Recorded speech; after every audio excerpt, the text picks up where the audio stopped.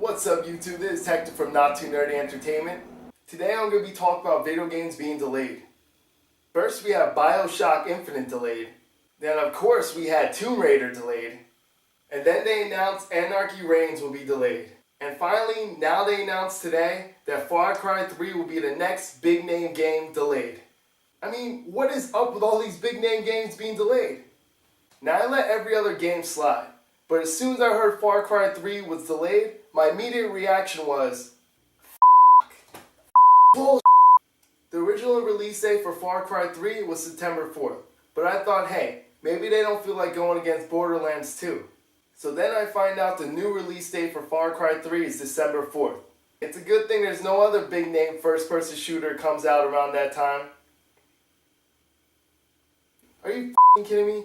You had a great release date coming out September 4th, and now all of a sudden you're pushing it back till after Halo 4 and Black Ops 2 comes out? Does that make any sense to you?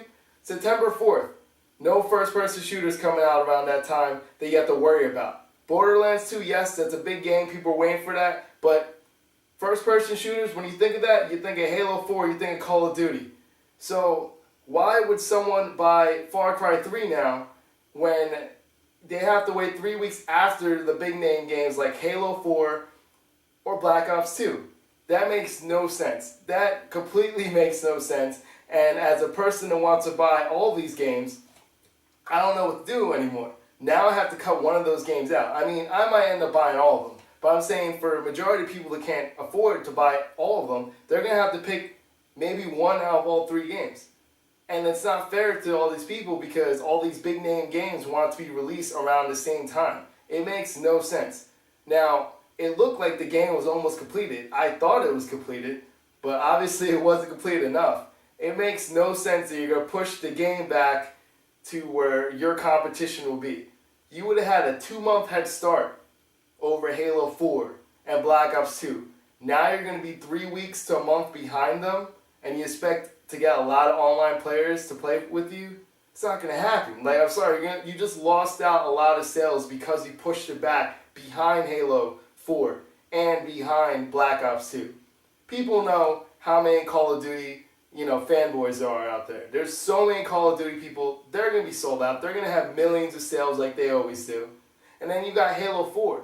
Halo 4, people have been waiting for this game for a long time. You know that's going to have millions of sales as well.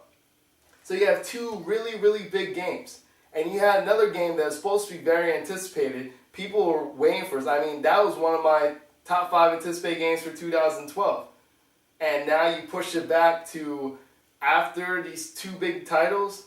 I don't think you're going to survive. Do you think gaming companies should release games so close to each other? Or do you think they should be spaced out more?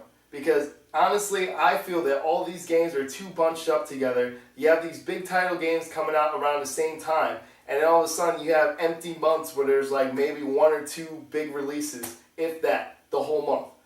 I mean, I personally feel that if they spread it out, everyone can share the wealth, more people will buy games. But the fact that they bring out so many games at the same time, in this economy, who's going to buy 10 games in the same month?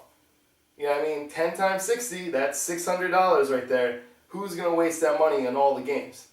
So to be honest with you, if the gaming company wants to do great, they're going to have to space out the games, and it's all about the release day.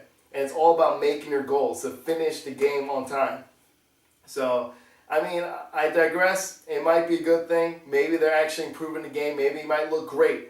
But in reality, they lost a lot of people because I guarantee you, so many people are going to be caught up in Call of Duty and they're going to be caught up in Halo 4.